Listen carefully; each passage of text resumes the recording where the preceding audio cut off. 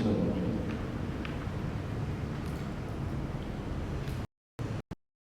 Assalamualaikum warahmatullahi wabarakatuh.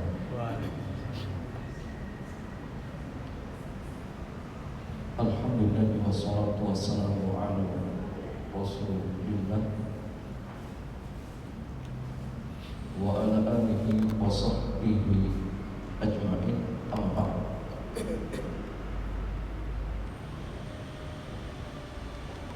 Ikhwan wa akhwat fillah,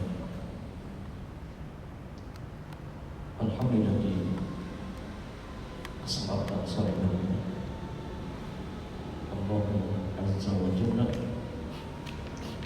kembali mengundangkan kita untuk melanjutkan kajian kita pada kitab Tazkiyatun Nafs, pensucian jiwa, karya Al-Imam Ibnu Qayyim rahimahullah. Dan ikhwan wa akhwat fillah, tema kita di kesempatan sore hari ini berkaitan tentang fadilatul khauf, keutamaan khauf, keutamaan takwa.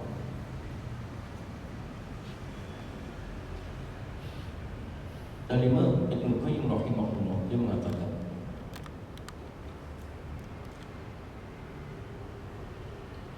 jama'a Allahu azza wa jalla li ahli al-khawfi al-huda wa rahmah wal ilma wa ridwan.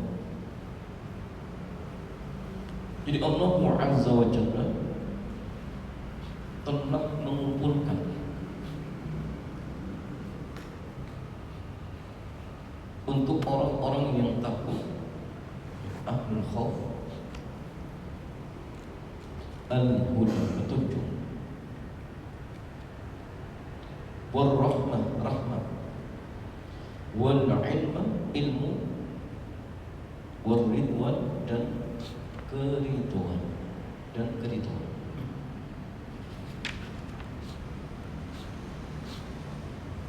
Jadi Allah Azza wa Jalla telah memberikan keutamaan bagi orang-orang yang takut untuk mendapatkan huda, petunjuk, kemudian rahmat, kemudian ilmu, dan ridwan, keridhaan.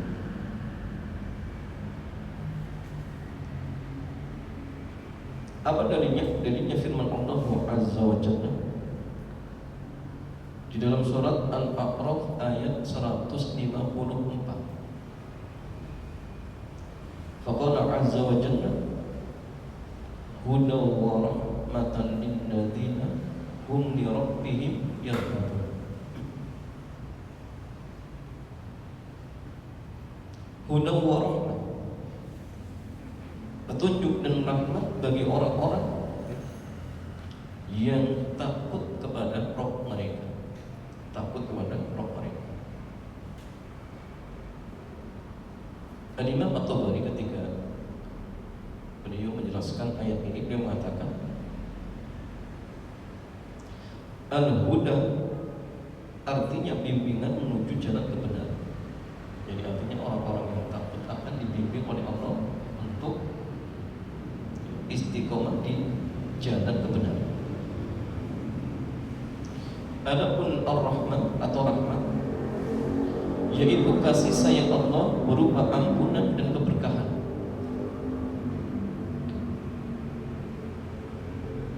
Adapun yarhabun, mereka takut.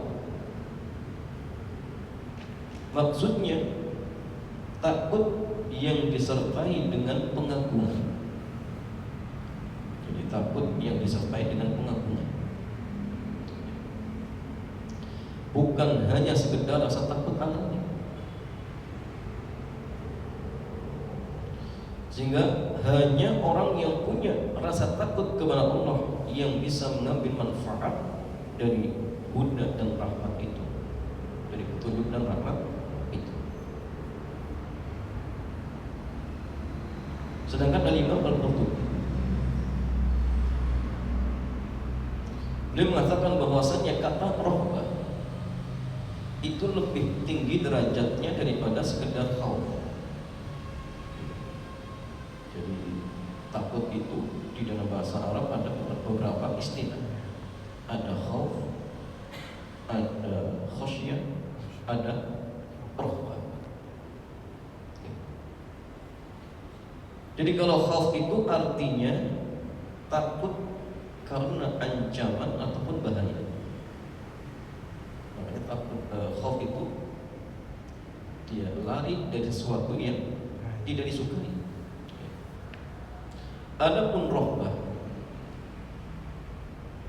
yaitu rasa takut karena disertai penghormatan dan pengagungan terhadap yang ditakuti.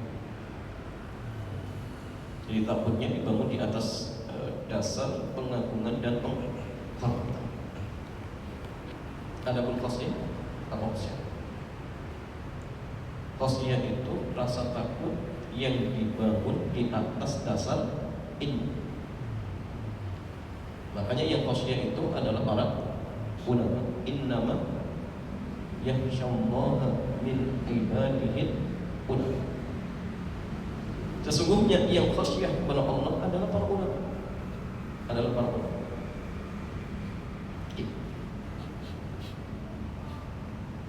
Ikhwan fillah.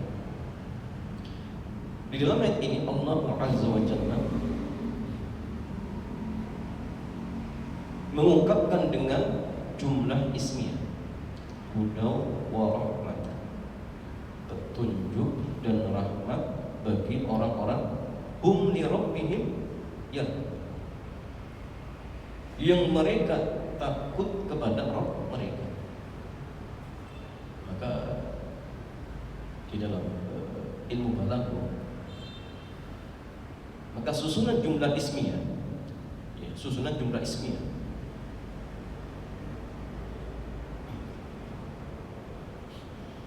itu memberikan faidah ats-tsubut wal istimrar.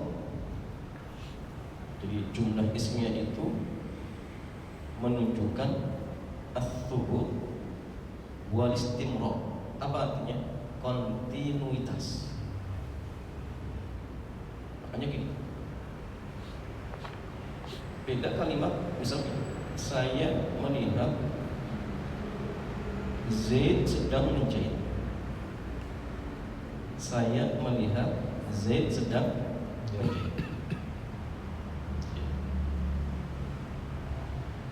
Maka apakah kalimat ini menunjukkan bahwasanya Zaid itu tukang jahit? Tukang jahit bukan? Kenapa? Karena itu dia. Cuma kebetulan ketika itu beliau sedang jahit. Beda kalimatnya kalau gini, Zaidun khayyatun. Zaid itu tukang jahit. Berarti menunjukkan memang itu profesinya. Itu profesi.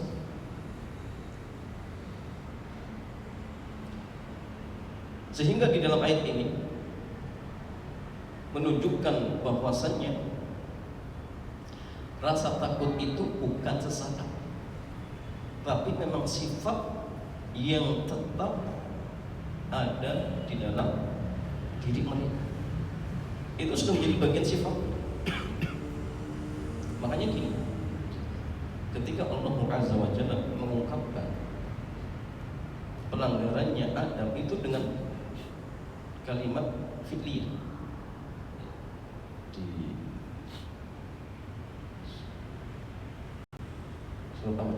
Wa asa Adam rabbahu faqala. Maka Adam bermaksiat kepada Rabbnya, faqala. Maka di sini maksudnya wa asa Adam bermaksiat. Ini jumlah fi'liyah. Asa itu fi'il madhi, Adam pelaku. Ya. Sehingga hal ini menunjukkan hanya sifat sesaat, ya. Bukan sifat yang menetap. Cuma kebetulan ketika itu Nabi Adam tergelincir. Itu bukan wataknya. Kan diungkapkan pakai fi'il atau jumlah fi'liyah. Beda ketika Allah Azza wa Jalla mengungkapkan tentang syaitan, inna syaitana lakum aduwwun mubin. Sesungguhnya syaitan itu bagi kalian berdua musuh yang nyata. Aduwwun mubin. Kenapa? Karena memang jamaah yang syaitan itu dia selalu konsisten, tetap, dan tidak pernah akan berhenti untuk menyesatkan kita. Itu memang wataknya seperti itu. Sehingga Masya Allah dalam kalimat itu ternyata terkandung suatu makna. Diungkapkan dengan jumlah ismiyah, ternyata memang ada maksud dan tujuan. Jadi ketika Allah mengungkapkan Adam berbuat maksiat, itu memang bukan wataknya, cuma kebetulan terperinci. Maka di ayat ini, ketika Allah Azza wa Jalla mengungkapkan tentang Rabbah, maka menggunakan jumlah ismiyah, sehingga hal ini menunjukkan bahwa rasa takut itu bukan sesaat, tetapi memang sudah menjadi sifat yang tetap pada diri mereka. Artinya orang-orang yang akan mendapatkan petunjuk dan rahmat dari Allah adalah orang-orang yang memang memiliki sifat yang tetap dalam dirinya, ada rasa takut kepada Allah Azza wa Jalla. Jadi bukan sesaat. Detik ini takut, berikutnya tidak takut, bukan seperti itu. Dan itu sudah menjadi bawaannya, dia takut kepada Allah Azza wa Jalla.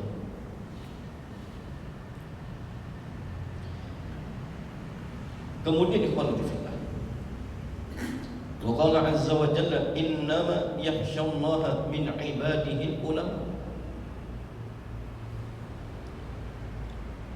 Sesungguhnya yang khasyah kepada Allah, yang takut kepada Allah di antara hamba-hambanya adalah para ulama.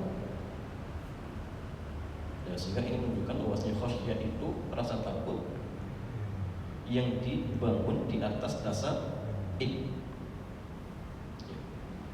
Al-Imam At-Tabari ketika menafsirkan ayat ini beliau mengatakan, tidak ada seorang pun yang takut kepada Allah dengan rasa takut yang sebenar-benarnya kecuali orang-orang yang mengetahui kebesaran Allah Subhanahu wa Ta'ala.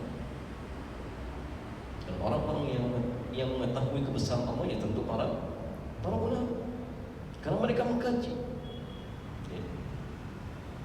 sehingga tahu sifat-sifat Allah Subhanahu wa Ta'ala. Allah Maha Kuasa untuk mengadab makhluknya. Allah yang menghidupkan, mematikan.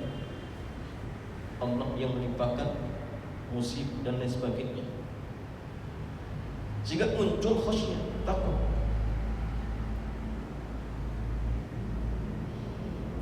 Sehingga hal ini menunjukkan bahwasannya khasyah itu berbeda dengan khauf. Beda. Karena takut itu hanya rasa takut yang memang seseorang dia lari dari sesuatu yang tidak disukai dan sifatnya masih umum.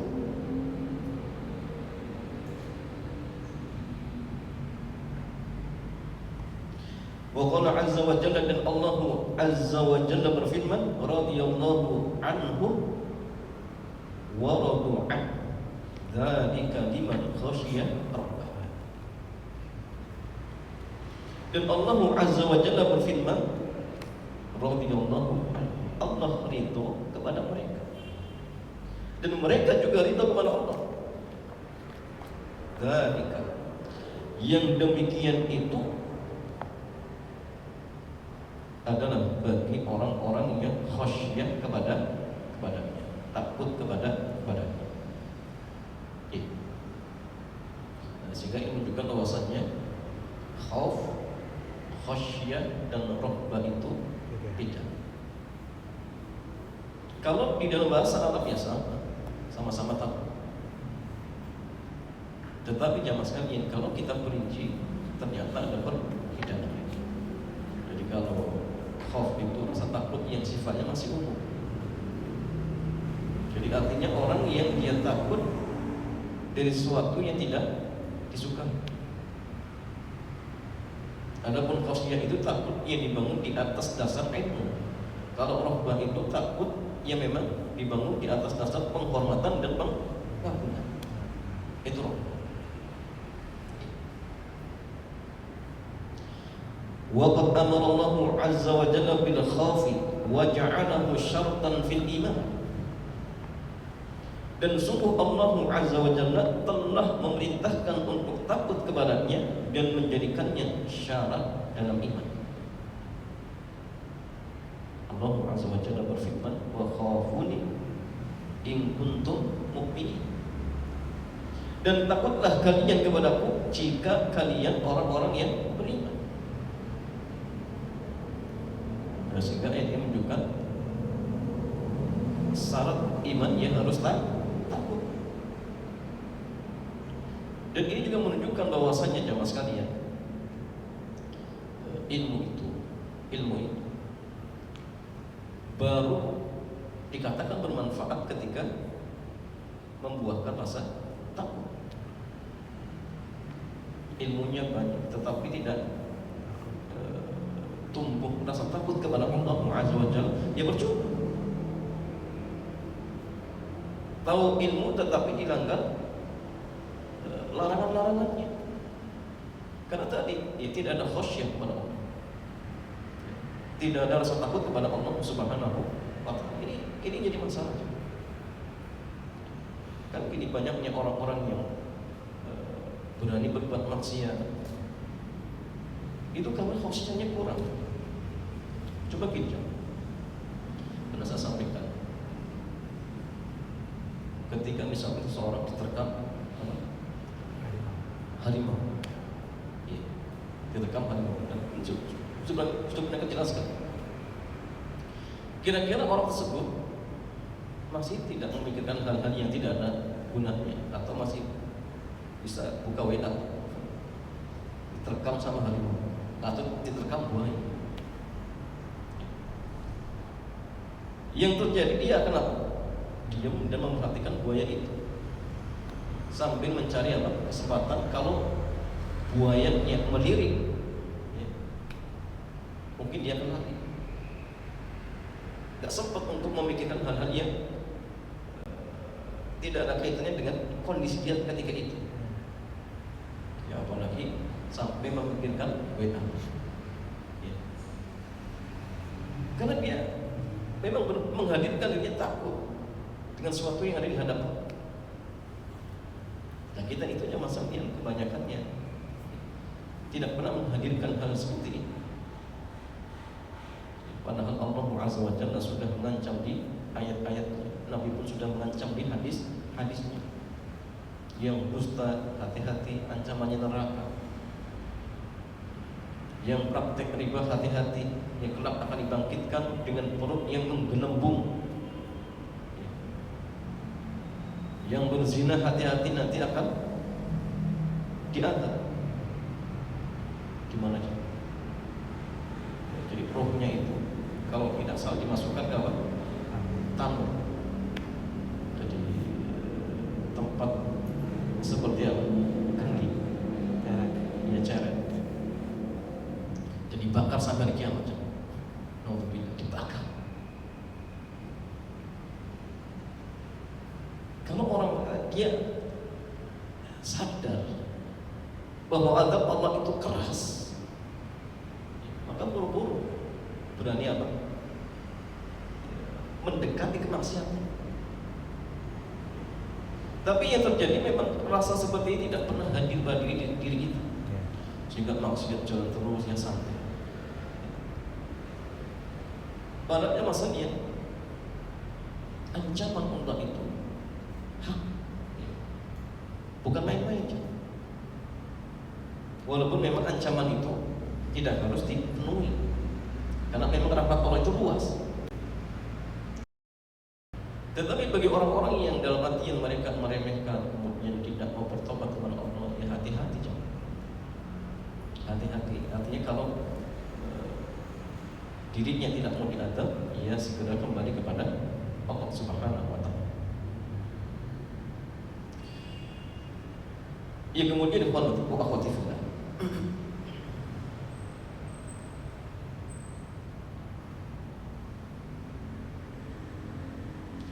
Falidzalika la yatasawwaru an yufariqa mu'minun an khawfi wa indaufu.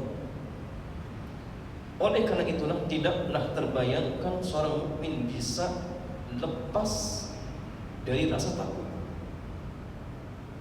meskipun kadang lemah. Tapi kalau kemudian rasa takut ini sampai hilang, tidak kebayang. Yang ada ya tetap ada, cuma apa? Lemah. Sehingga akhirnya berani berbuat maksiat. Wa yakunu dha'fu khawfihi bihasabi dha'fi ma'rifatihi wa imanihi. Dan lemahnya rasa takut dia kepada Allah itu sebanding dengan lemahnya pengetahuan dan imannya.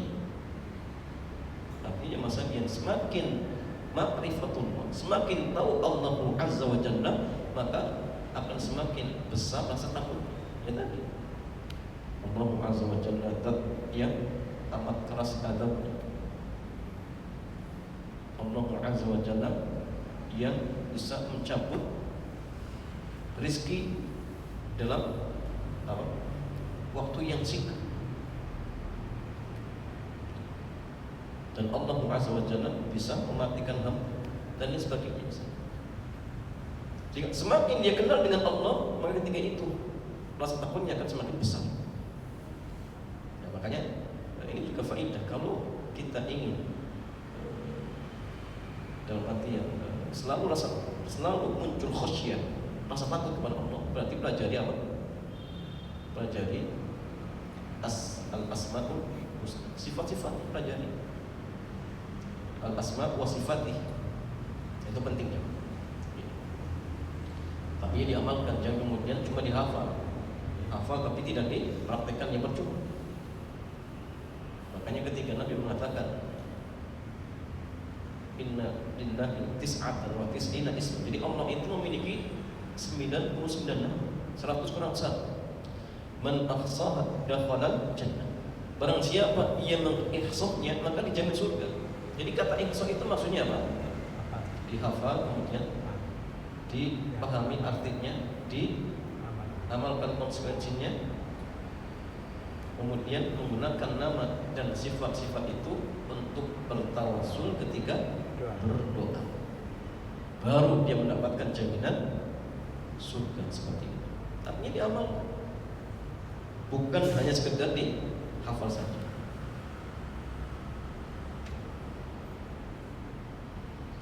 Qala sallallahu alaihi wasallam, dan Nabi sallallahu alaihi wasallam dia bersabda, la yalijun nar ahadun baka min khasyatillahi azza wa jalla hatta ya'udal laban fit dhahr. Rasulullah dia bersabda, tidak akan masuk neraka seseorang yang menangis karena takut kepada Allah sampai air susu kembali ke kantong susu. Masya Allah, ternyata takut itu memiliki faedah. Artinya gini, kalau seseorang pernah dia nangis gara-gara takut kepada Allah, maka ini cukup jaminan dirinya akan dihalangi dari api neraka. Makanya antum pernah baca kisah seseorang yang dia ketika meninggalnya berwasiat kepada anaknya minta dibakar. Akhirnya ketika dibangkitkan ditanya, "Oh, kenapa berwasiat minta jasadnya dibakar ketika meninggal? Apa alasannya?" Karena takut. Jadi menurut pemahaman dia ketika sudah dibakar selesai, karena takut dengan azab Allah. Tapi gara-gara takutnya itu akhirnya dia mendapatkan syafaat. Makanya takut itu penting ya. Takut kepada Allah itu amalan yang sangat penting. Khasyah atau rahbah itu amalan yang sangat penting.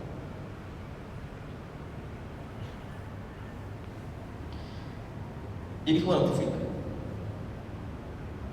Qala al-Imam Fuddil Ibnu Iyad, man khafa Allah dallahu al-khawfu ala kulli khair.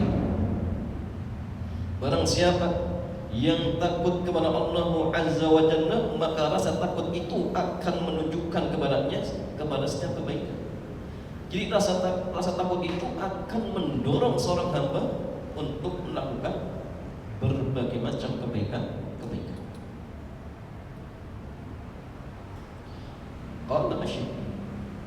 Qala Asy-Syibli ma khiftu Allah yawman illa ra'aitu li baban minal hikmati wal ibra. Asy-Syibli mengatakan, tidaklah aku merasa takut kepada Allah pada suatu hari, melainkan aku mendapati bagiku pintu hikmah dan pelajaran. Jadi ini juga mungkin bisa diamalkan. Kalau misal kita punya banyak masalah, tidak kunjung selesai, coba besarkan rasa takut kita kepada Allah. Maka di sini mungkin akan muncul dari pertolongan Allah. Ya, karena memang Allah menjanjikannya masalah wa may yattaqillaha yaj'al lahu makhraja. Barang siapa yang dia takut kepada Allah, barang siapa yang bertakwa kepada Allah, maka Allah akan memberikan solusi dari berbagai permasalahannya, dan Allah akan memberikan rizki dari arah yang tidak diduga. Dan di antara bentuk takwa itu apa coba? Khasyah. Di antara bentuk takwa itu ya takut kepada Allah. Ya. Pokoknya gini, kalau kita punya banyak masalah, maka di antara salah satu cara untuk menyelesaikannya adalah dengan apa? Membesarkan rasa takut atau meningkatkan ya, ketakwaan kita kepada Allah Subhanahu wa taala.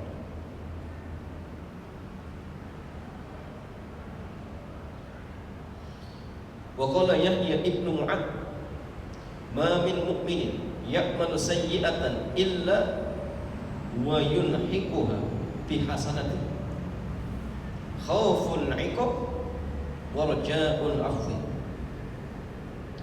Yahya bin Mu'ad mengatakan, tidaklah seorang mukmin melakukan satu dosa melainkan ia akan menyertainya dengan dua kebaikan: rasa takut akan hukuman dan harapan akan ampunan.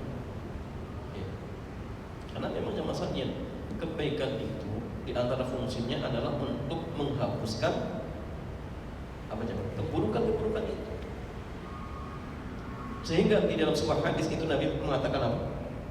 Wa atbi'is sayyi'atan hasanatan tampuh. Dan iringilah perbuatan buruk dengan perbuatan baik. Kenapa? Karena perbuatan baik itulah yang akan menghapuskan perbuatan buruk. Tapi ingat, jangan salah tafsir. Ustaz berarti hadis ini memerintahkan kita untuk berbuat buruk. Enggak. Ini bagi orang yang sudah terjerumus. Di samping dia tobat kepada Allah, setelah itu apa? Perbanyak amal kebaikan. Karena fungsi amal kebaikan itulah yang akan menghapuskan kesalahannya.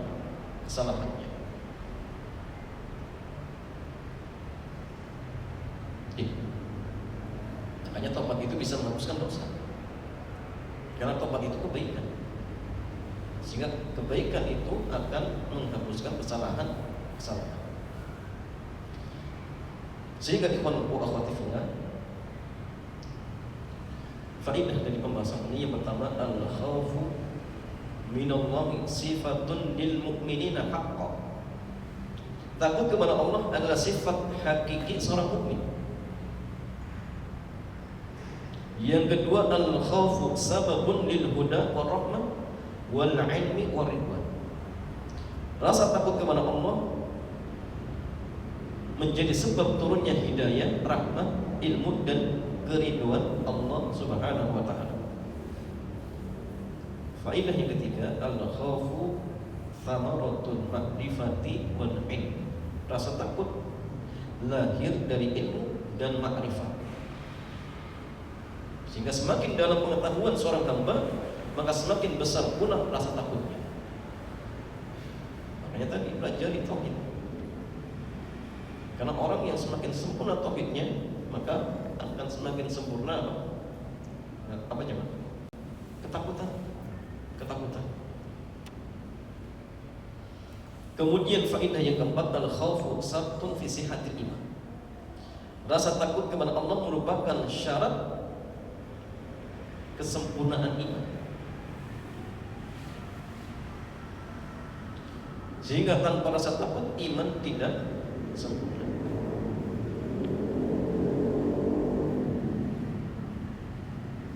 Atau rasa takut bagian dari iman, bagian dari iman. Kemudian al-buka'u min khasyatillahi munjatun minan nar. Menangis karena rasa takut kepada Allah akan menjadi penyelamat dari api neraka. Akan menjadi penyelamat dari api neraka. Kemudian faedah yang keenam, al-khaufu yadullul 'abda 'ala kulli khairin. Rasa takut akan membimbing seorang hamba menuju segala kebaikan.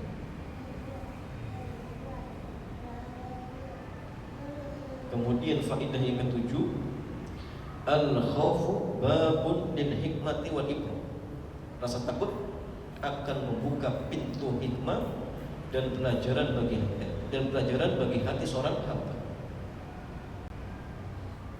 Dan kemudian pelajaran yang ke-8, al-mu'minu idza 'amila sayyi'atan atba'aha bi hasanatihi khauful iqab wa raja'ul afwi.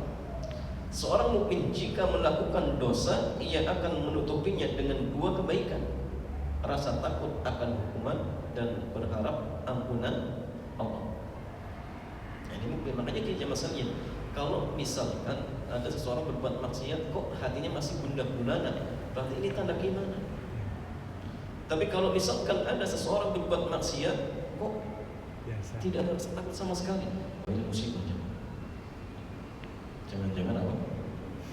Hatinya sudah tertutup oleh noda maksiat, sehingga tidak ada kepekaan dengan apa? Dengan kemaksiatan itu. Begitu bila jangan. Kemudian faedah berikutnya, dhaful khaufi bi qadri dhafil iman. Lemahnya rasa takut seseorang sebanding dengan lemahnya iman dan pengetahuannya. Sehingga ikhwan wa akhwati fillah, sekali lagi pembahasan ini mengingatkan kepada kita agar setiap kita hendaklah menghadirkan pada dirinya rasa takut. Karena tadi orang-orang yang akan mendapatkan petunjuk dan rahmat itu adalah orang-orang yang memiliki rohbah, dan itu sudah menjadi apa? Sifat yang menancap dalam dirinya. Sifat yang menancap pada dirinya, bukan dalam artian sifat yang baru muncul, tapi itu sudah bawaannya. Maka orang-orang seperti inilah orang-orang yang akan dibimbing oleh Allah, diberikan petunjuk dan diberikan rahmat oleh Allah Subhanahu wa ta'ala. Ya, maka caranya tadi agar khasyah itu muncul, rohbah itu muncul, maka pelajari sifat-sifat Allah. Makanya di bab sifat-sifat Allah itu atau al-asmaul husna, maka ahlu sunnah wal jamaah itu ketika menetapkan nama dan sifat itu diperinci. Apa tujuannya? Agar kita semakin mengenal Allah. Tapi kalau meniadakan sifat itu lupa. Seperti contohnya firman Allah Azza wa Jalla, "Laisa kamitslihi syai'un wa huwas sami'ul basir." Tidak ada sesuatu apapun yang serupa dengan Allah, dan Allah Maha mendengar lagi Maha melihat. Jadi kalau menetapkan itu diperinci, Allah Maha melihat, Allah Maha mendengar, Allah yang memberikan rezeki, Allah yang mengatur alam ini, Allah yang menghidupkan dan mematikan. Sehingga ini pun jamaah mempermudah kita bagi orang tua yang misalkan kadang anak-anak kita yang masih kecil tanya, "Bi atau Pak, Allah itu seperti apa sih?" Sebagian orang itu kadang nggak bisa menjelaskan, kebingungan. Sifat Allah itu sangat begitu banyak, bahkan tidak terhingga. Maka ketika orang tanya, sebutkan sifat-sifat Allah. Nah, Allah itu yang mengatur seluruh alam. Ada lautan, langit, bintang, matahari, itu yang Allah. Nah, Allah itu maha besar. Gunung itu besar, Allah lebih besar. Allah itu yang mematikan, dan Allah nanti akan menghidupkan orang mati. Jadi anak kita semakin kenal daripada kemudian ceritakan dengan cara yang mungkin nggak tahu dia ikut metodenya siapa, nggak jelas. Akhirnya kadang malah muter-muter. Akhirnya anaknya semakin bingung. Apa iya Allah itu seperti apa Doraemon bisa keluar kantong ajaib? Nah ini akhirnya untuk pindah masanya. Dan kemudian diperumakan seperti ini. Cukup sebutkan apa? Sifat-sifat Allah Azza wa Jalla. Selesai. Dan fitrah manusia yang masih bersih, dia akan menerima. Jangankan yang kita ajarkan. Seandainya ada seorang anak misalkan tinggal di pedalaman, tidak pernah diajari, maka fitrahnya dia akan mengakui adanya sang pencipta. Apalagi kita mengenalkannya, maka ini semakin menjadikan anak-anak kita kuat ya akidahnya. Semakin dirinya mengenal Allah Subhanahu wa Ta'ala. Ya Allah Ta'ala akan besar demikian cara bermanfaat. Selanjutnya sebelum ditutup barangkali ada pertanyaan dipersilakan. Alhamdulillah kita sampai pada sesi jawab. Barangkali ada jemaah dari mana yang mau bertanya langsung.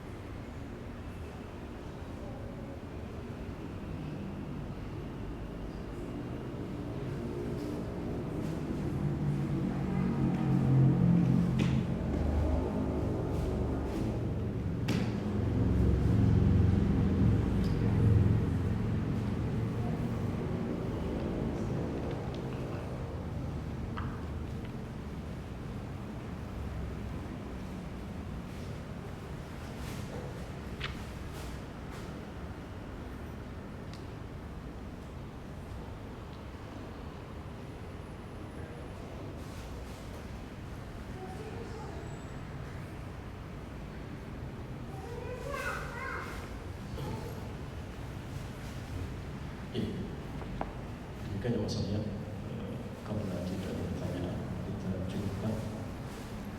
Subhanallah wa bihamdihi asyhadu an la ilaha illa anta astaghfiruka wa atubu ilaik. Assalamualaikum warahmatullahi wabarakatuh. Alhamdulillah kita sampai pada penghujung kajian pada sore hari ini. Sebelum kami akhiri menyampaikan beberapa informasi bagi yang mungkin masih ingin bertanya tapi belum bisa dikeluarkan pada sore hari ini, bisa memanfaatkan grup yang kami sediakan, yaitu untuk ikhwan di kafilah Qair dan untuk ada grup Ahmad juga. Dan bagi jemaah yang mungkin masih bisa memanfaatkan mungkin belum bahasa tentang kajian, bisa memanfaatkan grup yang kami sediakan. Dan insya Allah hari Senin setelah kami mengadakan kajian bertema tauhid di Musola Qair di Jalan Jaya Menata 143 bersama Ustaz Abu Bakar kita, bersama Ustaz Abu Bakar juga. Dan mungkin masih lihat kita sampaikan berikutnya. Baik, demikian kajian kita pada sore hari ini.